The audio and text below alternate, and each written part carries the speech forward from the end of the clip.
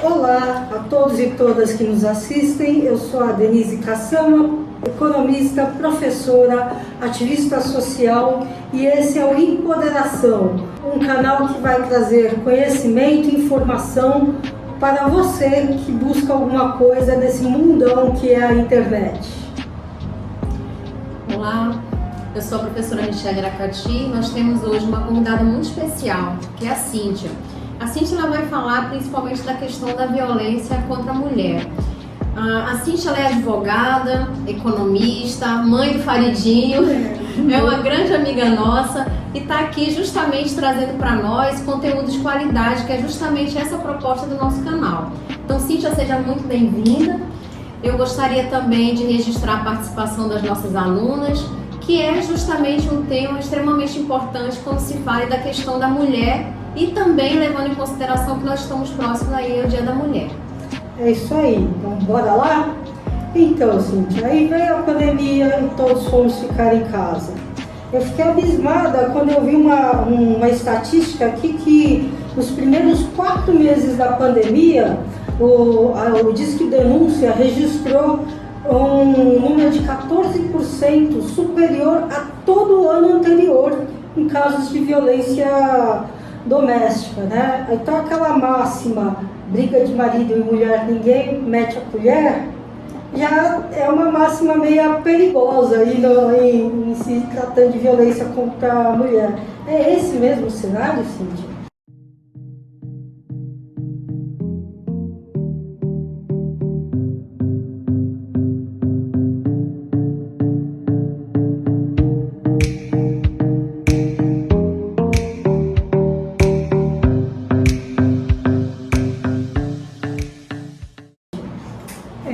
Denise, mas antes assim de iniciar, eu quero agradecer muito o convite, né? Das minhas amigas, eu posso chamá-las assim, profissionais excelentes, das estudantes que estão aqui participando desse projeto, eu estou muito honrada. E então, quando aconteceu a pandemia, qual foi de uma forma muito simples, o que aconteceu? O agressor passou a ficar 24 horas em casa, junto com a vítima. Então, os casos de violência doméstica, eles potencializaram, porque no auge da pandemia as pessoas não saíam de casa, tinham medo de se contaminar, mas estavam sob o mesmo teto do agressor.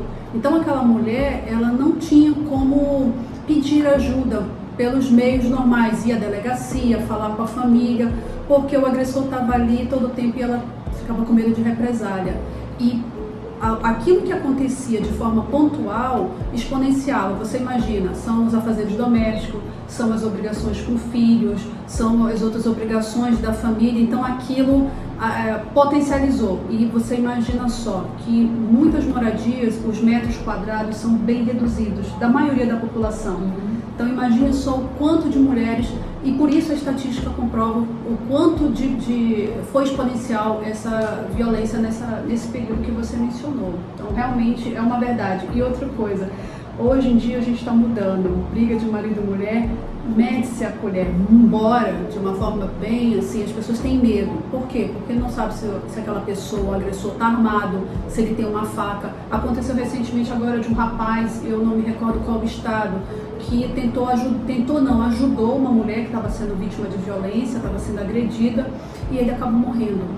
Né? Aí você vê aqueles comentários na internet, se fosse meu, por isso que eu não me meto, acaba sobrando para quem não tem nada a ver. Outra coisa, essa mulher vai acabar voltando para aquele agressor e ele que morreu. Então a gente escuta muito isso assim no dia a dia, e é uma situação complicada realmente. Então, esse tipo de discussão, por que a mulher que sofre violência, ela acaba ficando com o agressor? Né? A gente escuta muito isso.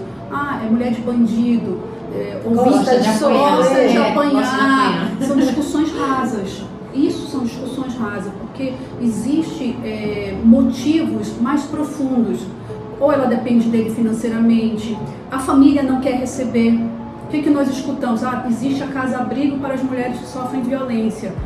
Mas pense só, vivemos hoje, vamos para nossa casa, trabalhamos, e você mudar a sua vida todinha para ir para uma casa-abrigo, que é um endereço sigiloso, mas lá é o quê? São biliches, pessoas que convivem no espaço de casa, com outras mulheres que sofrem violência, muda 360 graus a vida dessa mulher. E outra coisa, Denise e Michele, quando a vítima de violência liga para os parentes, eles não querem receber. Não, fulana, deixa disso. Amanhã É uma fase, amanhã passa, ninguém quer se envolver. Por quê? Porque a sociedade toda ela foi construída com aquela coisa do tipo, em briga de marido e mulher, ninguém mete a colher. Isso é coisa que acontece entre quatro paredes, é um problema de casal, então que não teria que ser um problema da sociedade. Então existem muitas coisas que precisam ser desconstruídas para que nós possamos realmente ver alguma mudança. Ou seja, um pré-conceito. Com certeza. E essa questão da violência, ela é mais das classes mais baixas ou hoje está disseminada em diferente da classe social? Hoje e sempre, em todas as classes. A gente também tem um pré-conceito de achar que isso é nas classes mais baixas. Você sabe o que acontece? A gente viu aquele caso com a Luísa Brunet, lembra? Com o Parisotto e tudo, que chamou a atenção por ela ser uma pessoa da mídia, uma modelo famosa. De um empresário poderoso. Muito poderoso, exatamente. Mas o que acontece? A mulher de classes mais baixas, ela é que vai à delegacia, ela é que vai procurar ajuda. Muitas vezes, a mulher de uma família rica ou de uma outra classe, ela tem vergonha de mostrar para as outras mulheres da classe social dela que ela sofre violência doméstica. Então é mais fácil abafar o caso, falando de uma forma bem simples, abafar o caso, deixar para lá, ou constituir advogados caríssimos que sigam, porque o processo é sigiloso. Processos de violência contra a mulher são processos sigilosos. Se você for ver lá no processo, só está as iniciais do nome e só tem acesso ao processo os advogados e as partes. Então, normalmente, eles correm em segredo de justiça e muitas vezes as pessoas nem sabem. Eles acabam fazendo acordos, às vezes acordos milionários, e não vai para a mídia isso. As estatísticas vão das classes que vão procurar a delegacia, porque acaba sendo registrado aquelas ocorrências. Então, é de todas as classes. Acontece hoje e sempre. Só que antes era mais escondido. Hoje com a mídia, com a internet, qualquer lugar, se acontecer alguma coisa, tem um celular lá gravando e as pessoas acabam sabendo. Era da informação, não tem. Não tem escapatória. E uma vez na internet. Olha a experiência. Fala por experiência. Como é que chegaram a esse preço de R$1? Era o previsto ou tinha que ter sido menos, Denise? Bom dia, bem-vinda ao J1. Bom dia. Era para ser menos, né? O governo federal anunciou aí uma reoneração na cadeia do combustível de 45 centavos por litro da gasolina, que considerando a redução que a Petrobras anunciou, esse aumento deveria ser... Surgiu aí nesse interim, surgiu uma palavra que não era muito comum, feminicídio. Né? Até então, assim, para mim, cidadão comum, assassinato é assassinato de homem, mulher, cachorro, para mim é assassinato. Mas por que hoje é importante a gente destacar feminicídio?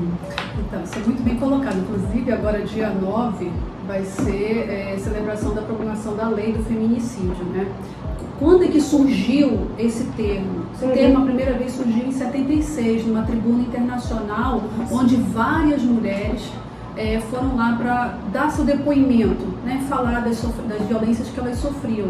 E nesse lugar, uma antropóloga chamada Diana Rousseau, ela mencionou, ela chamou de femicídio os crimes, os assassinatos de mulheres em razão do sexo, em razão de serem mulheres.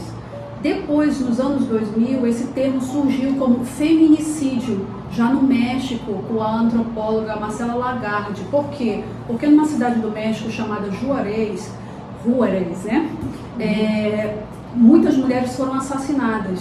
E o Estado estava omisso, não dava uma informação a respeito do porquê de tantas mulheres serem assassinadas. E ela se insurgiu contra o Estado e isso veio à tona. Então o termo feminicídio ficou marcado como a morte o assassinato de mulheres em razão de serem mulheres, pelo desprezo, pelo ódio de ser mulher, ou seja, a questão do gênero mesmo.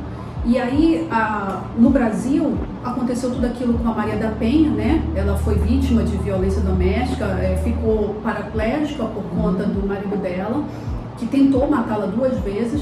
E o processo dela demorou muito. Então, um grupo de feministas, uma ONG de feministas entrou em contato com ela e ela pediu ajuda para que chegasse isso à ONU. E aí, essa organização das Nações Unidas, através de um comitê específico de violência contra a mulher, veio dar uma represália, fazer uma repressão, dar uma chamada ao Brasil porque deles estarem agindo com omissão. E aí teve toda essa movimentação e veio a Lei Maria da Penha. Mas mesmo com a Lei Maria da Penha, os casos de violência doméstica continuam crescendo.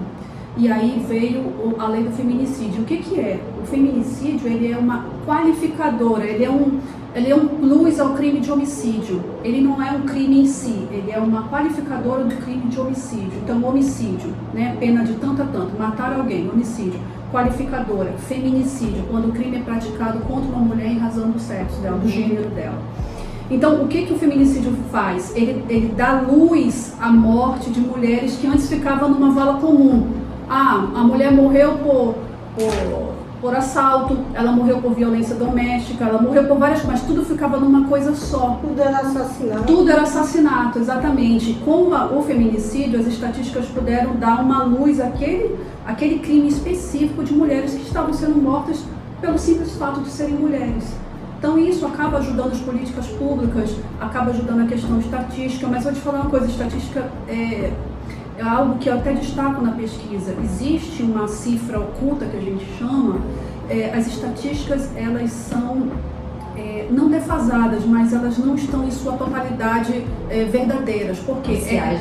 Porque existe essa cifra oculta que não alcança essas mulheres, são mulheres que estão no tráfico, são mulheres que são vítimas, que é um feminicídio indireto que eles chamam, de abortos, mulheres que praticam abortos, mulheres que sofrem tráfico sexual, tráfico intenoso, então mulheres que morrem em função dessas situações e que não alcançam, fora as mulheres que não vão às delegacias, não procuram ajuda. E aí fica aquela coisa do vou aguentar sozinha aqui, quando vai passar.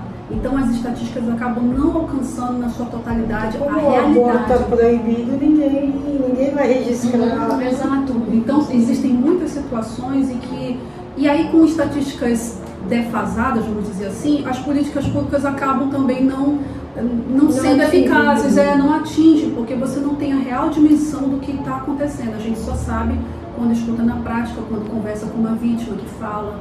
Agora, algumas falam. Algumas falam, mas quando fala, é porque é muito difícil, Michele, sabe? Se você for ver, mulheres que sofrem violência, muitas vezes elas são até vigiadas. Tem câmera em casa, ele vigia o celular.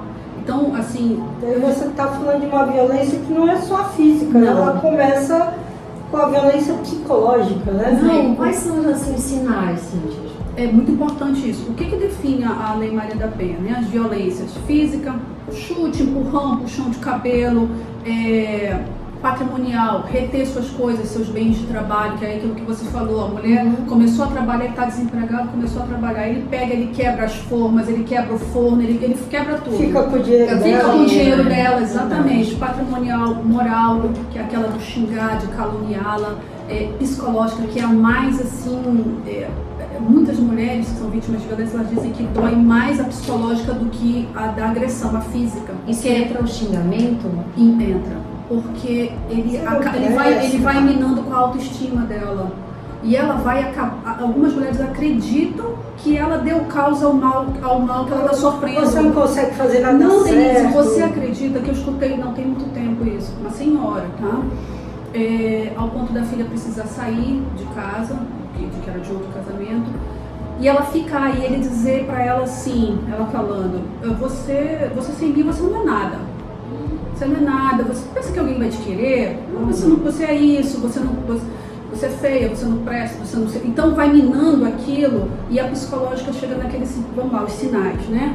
Tô em casa e aí vem de repente eu trago uma comida e escorregou. Poxa, para com isso, você quer? Pá, joga nela, isso já é um sinal, ele não ficou nervoso. Ele já está manifestando sinais de que ele é um agressor.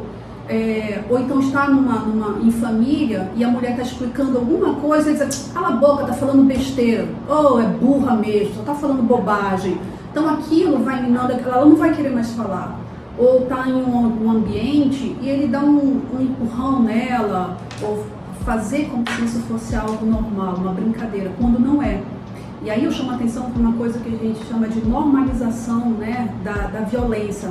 Achar que é normal a violência, e isso acontece entre namorados, entre adolescentes, que isso que a gente tem que perceber, porque isso não é só com homens mais velhos. Existe nem no casamento, né? E nem no casamento. Então, às vezes o namorado tá brincando, ele dá um pulão, ele puxa o cabelo, ou ele faz uma coisa que parece ser normal e não é normal. Ou então começa a intimidar aquela moça, do tipo, não, tu não vai mais ficar com esses teus amigos, não.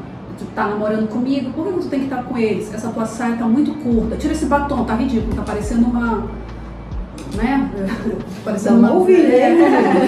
parecendo, né? Não sei se vai dar um pi, mas parece aqui. Então, são sinais que parecem, e aí a mulher pensa, não, ele tá com ciúme de mim, ele gosta de mim. Que lindo. Não é isso. Não é isso. Então, com o tempo, aquela mulher, e principalmente aquela que está em casa, ela diz, poxa, realmente eu escorreguei, a comida não está legal, desculpa, não vai mais acontecer isso. Ou aquela mulher que não consegue engravidar, e ele diz, tu não presta nem para dar um filho. E aquela mulher começa a ficar se sentindo diminuída. Existem casos de mulheres vítimas que conhecem, tipo assim, a mulher batom na boca, trabalhava, super ativa. Começou a ter um companheiro, teve um companheiro violento. Aquela mulher murchou. E aquele homem começou a persegui-la, ao ponto dela precisar sair daqui de Manaus para ir para outro estado, porque ele disse assim, eu vou te matar. Tu não vai ficar comigo, tu não fica com mais ninguém. Então esse é um drama terrível. Ou então querer passar mensagem, eu tô aqui perto, eu sei onde é que tu tá. Isso que é o que a gente chama de stalker, né? Crime de perseguição. É crime. É terrível. Então, várias mulheres e moças também. Outra coisa, situação, estou olhando as estudantes, e aí me lembra muito, porque eu estava num evento e alguém me perguntou assim, mas e aquelas que ficam na internet, né? Conversando, tá com uma pessoa, e aí encontrou com ele uma vez, ele tirou uma foto, a pessoa se sentiu confortável, fez nudes. E aí depois ele pegou e disse, eu vou lançar na internet, se tu não fizer isso, se tu não fizer aquilo. E aí, vai para a Lei Maria da Penha? Depende.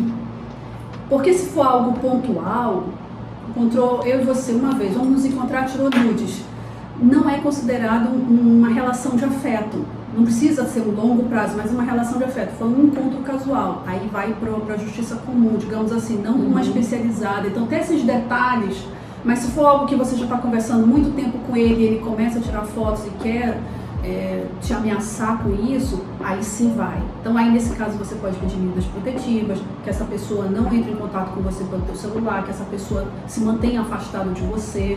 Então são várias situações, e se ele descumprir medidas protetivas, ele vai preso, prisão preventiva para essa pessoa.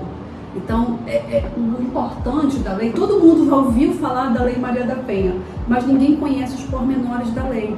Então, isso é que faz uma grande diferença, quando a mulher sabe o que fazer, onde procurar ajuda e principal, ela dentro dela descobrir e acreditar que aquilo que ela está vivendo é uma violência que ela precisa se livrar daquilo. Não é normal. Não é normal e não é fácil. Aí você falou em procurar ajuda.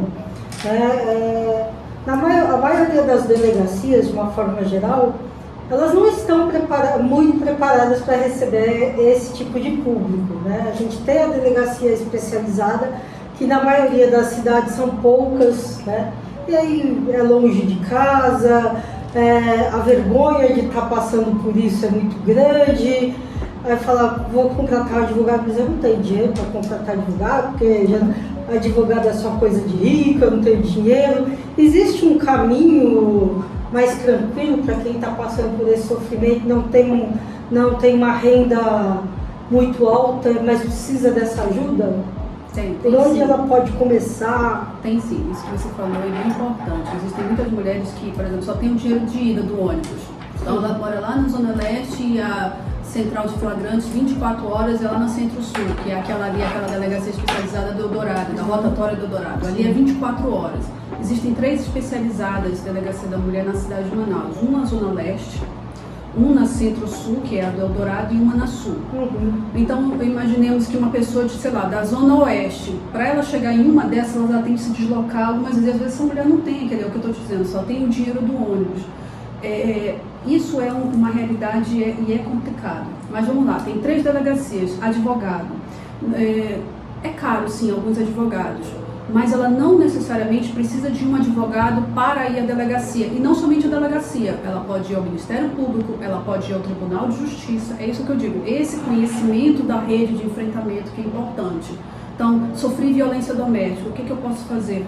Posso ir à especializada. Outra coisa que você falou, que a gente vai lembrando, você falou que os DIPs, realmente, a maioria dos DIPs não tem esse tratamento. Tem lugares que é o que a gente chama de revitimização. A mulher sofre 1, 2 vezes, de novo aqui, ela não vai querer voltar mais. De novo a senhora aqui, ou então...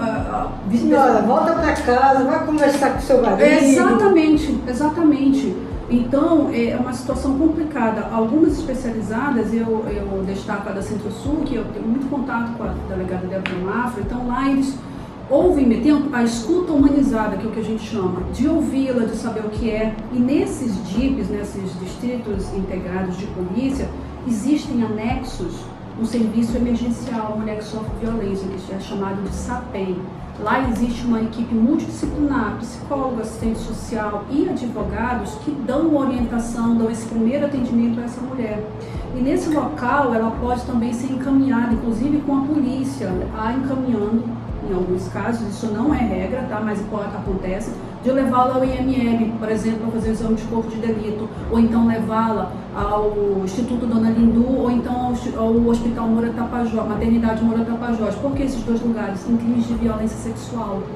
Esses 2 lugares, e o Balbina Mestrinho também, eles têm um protocolo específico, é um serviço que eles chamam emergencial de mulheres que sofrem violência sexual. Então existe um protocolo, a mulher toma uma medicação para evitar gravidezes indesejadas, faz uma profilaxia de doenças sexualmente transmissíveis e elas também são acompanhadas. Então, muitas pessoas desconhecem esse tipo de... a rede. Então, não precisa de advogado para ir à delegacia. Vai lá, abre o boletim de ocorrência. Se for na delegacia da mulher, melhor. E lá mesmo ela diz, poxa, eu quero que ele se afaste de casa, eu quero que ele saia de casa, eu quero que ele não entre em contato comigo nem com os meus filhos, quero pedir medida protetiva. A delegada lá mesmo, online, faz o encaminhamento para o juizado especializado, lá para o Poder Judiciário. A lei diz em 48 horas o juiz lá tem que deferir ou não. Pode estender um pouquinho mais, a gente sabe que na prática estende um pouquinho mais, mas não muito, né? A justiça e mídia está muito em cima disso. Inclusive, essa semana tem uma ação que é o Justiça pela Paz, que é para dar celeridade aos processos de violência doméstica no Poder Judiciário. Assim, qualquer grande cidade do país tem delegacia da mulher e tem uma rede de apoio a isso.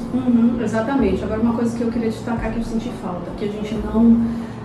a gente acaba não entrando em política, mas acaba entrando. A gente sentiu aqui na cidade de Manaus, nos últimos anos, né, da gestão do país, uma falta de investimento nessa área. Aqui em Manaus, já deveria ter uma Casa da Mulher Brasileira, um local que tem todos os serviços, delegacia, Ministério Público, Defensoria Pública, outra, Defensoria Pública. Essa mulher ela pode procurar a Defensoria Pública. Existe uma especializada dentro da Defensoria Pública que atua nos casos de violência contra a mulher. Inclusive nos casos de feminicídio, eles têm um projeto muito importante lá, que foi agora ganhador de um prêmio em Novare, chamado Órfãos do Feminicídio, que são as crianças que ficam sem a mãe e o pai que está preso e que ficam a mercê, são órfãos. Então tem um trabalho muito bonito lá, muito importante. Então essa mulher pode procurar delegacia, Ministério Público, Defensoria Pública e o próprio Tribunal de Justiça. Existe um núcleo, uma coordenação lá de combate à violência contra a mulher e uma ouvidoria, que é para esses casos dessas mulheres. Então, agora tem que ter essa... porque a gente vê justiça, Tribunal de Justiça, as audiências, inclusive, de muitas mulheres se queixam. Eu não sei o que eu vou fazer lá. Aí a pessoa vê a figura do juiz, do promotor, e muitas vezes eles não são tão... A gente viu o caso daquela audiência da Mariana Ferri, né? Que ela chorava e pedia, por favor, e o advogado lá dizendo, você com essa sua roupa deu causa ao mal que você sofreu, você bebeu. Então, tem agora um protocolo de gênero do Tribunal do Poder Judiciário, o CNJ agora lançou recentemente, para que tenha uma mudança nesse tipo de comportamento, porque é inadmissível você estar no local em que você espera o acolhimento, pessoas que conheçam as leis, e uma mulher que não é fácil se expor desse jeito. Você imagina, eu estou aqui dizendo, poxa, eu sofri violência, todo mundo comenta, todo mundo fala, não é simples, não é fácil, na prática não é assim, mas tem como procurar ajuda, tem como mudar. O mais importante é ela aceitar e assim, ter coragem mesmo de dizer, não, eu vou pegar os meus filhos e agora eu não quero mais isso para mim, porque realmente não é fácil, tem todo o trâmite judicial, policial, as crianças, bem vida que você os amigos, os vizinhos. Denise e Michele, o mais importante assim que eu vejo, a lei existe, a Lei Maria da Penha é a terceira melhor lei nessa área no mundo.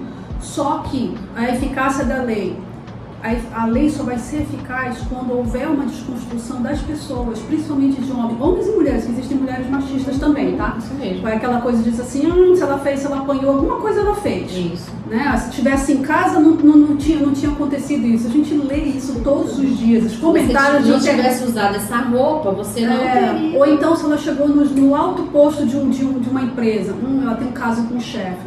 Né? Será que aquela mulher não é tão competente a ponto de conseguir chegar lá? Então, a gente escuta, se não houver essa desconstrução machista, o machismo estrutural que existe entre homens e mulheres, de que não é não, de que uma mulher é capaz, de que uma mulher pode e que ela pode estar em condições, eu não falo fisicamente, isso é outra coisa, em condições de igualdade com o homem, e que mulher não é objeto, não, ela é minha posse.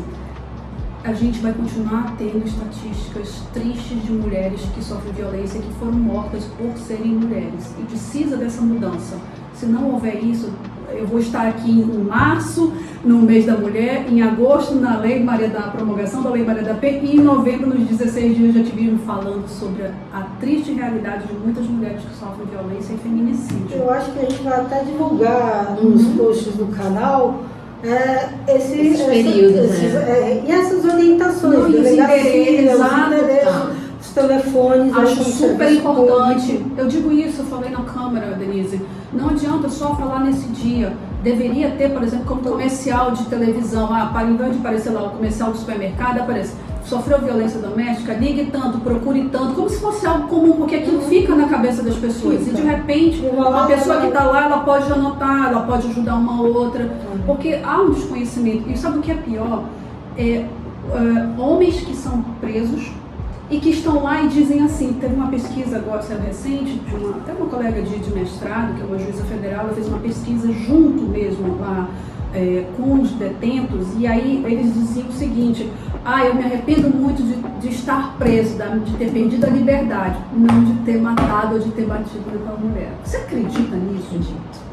Então, ou seja, para ele ainda é válido. Parece assim que nós estamos nas ordenações filipinas em que era permitido um homem matar sua mulher pela simples suposição de que ela estava traindo ele. Então, enquanto isso não for desconstruído, não vai adiantar. Esse homem vai sair da cadeia e ele vai continuar fazendo as mesmas coisas porque ele entende que aquilo é algo normal. E não é. Cíntia, eu queria que você falasse sobre o seu livro. Eu tenho esse livro, já li o livro. E eu queria que você falasse algumas considerações sobre ele, mostrasse bem. Onde que a gente adquire, jabá aí, né? Bem, eu adquiria comigo mesmo, pode ser através das minhas amigas aqui, a Denise, a Michelle, que só entrar em contato.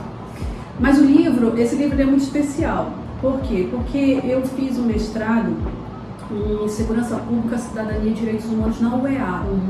E assim, voltei muito para o lado dos direitos humanos porque eu já tenho essa atuação voluntária, eu gosto disso, atuo voluntariamente numa comissão de advogadas, numa outra associação que tem muitas ações voltadas para o combate à violência contra a mulher.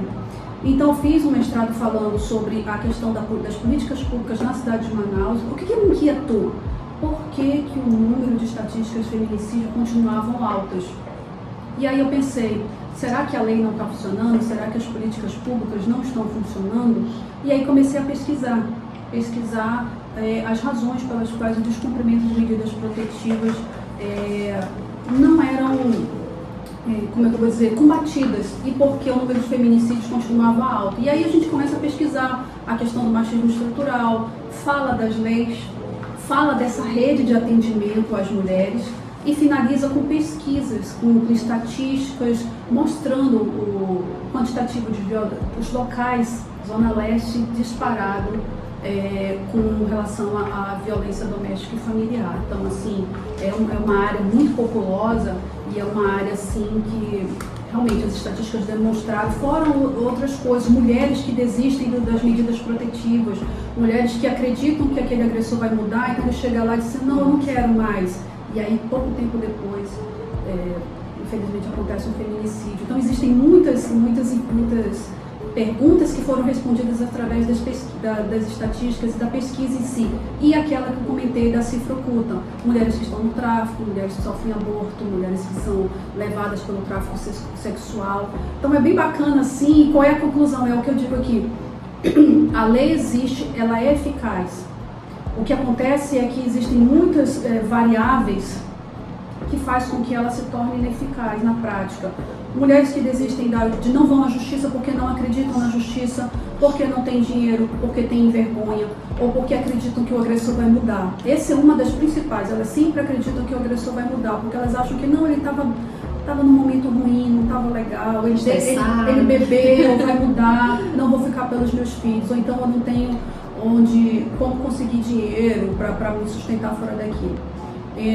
Mas é aquilo que eu falei agora, a grande mudança vai ser quando nós desconstruímos essa questão do machismo estrutural e essa mulher que sofre violência compreender o que está acontecendo com ela e que há possibilidade de mudança. Não é um caminho fácil, um caminho árduo, mas que é possível.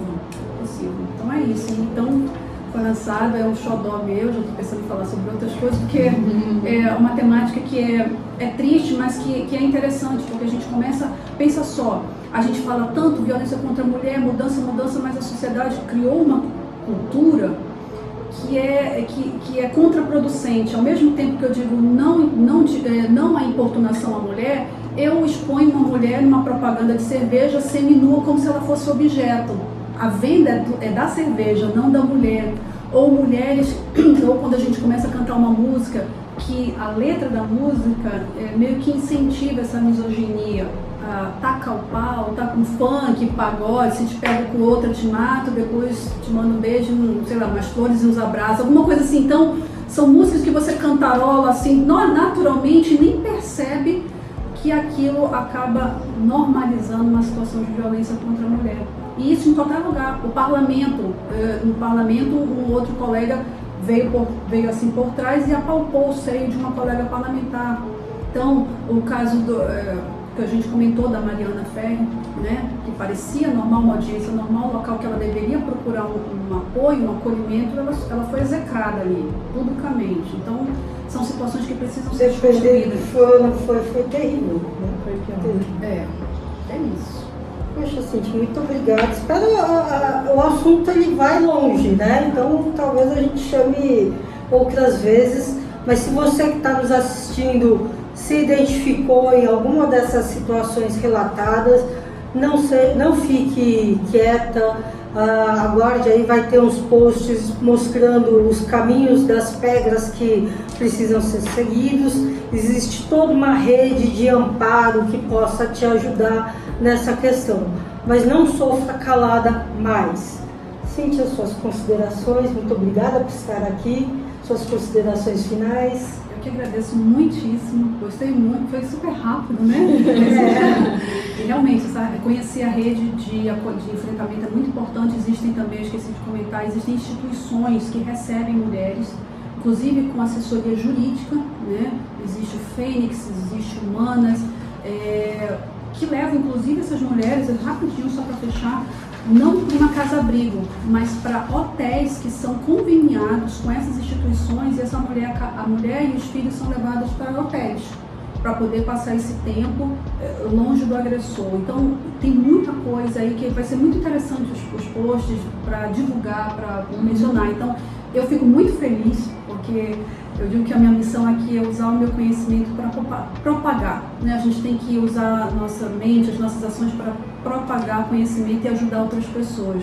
Agradeço muito Michele, minha colega aqui de faculdade, de longa data, Graduação. querida Denise. Faz tempo, né? Mas, então, eu estou à disposição para qualquer esclarecimento, qualquer dúvida que queiram, possam mandar e-mail, Instagram, depois a gente pode colocar aí. E eu fico muito feliz e vamos aproveitar, não só agora no mês de março, mas todos os dias, falar sobre mulher, sobre combate à violência contra a mulher. Isso não é normal, não permita isso. E você que está sofrendo isso, livre-se desse cárcere. Não é bom para você, não é bom para os seus filhos. Existem meios e tenha certeza, existe uma rede que pode lhe ajudar. Então, muitíssimo obrigada, tá? É isso aí. Não percam os próximos episódios, porque, professora Michele, Conhecimento é poder. Com certeza.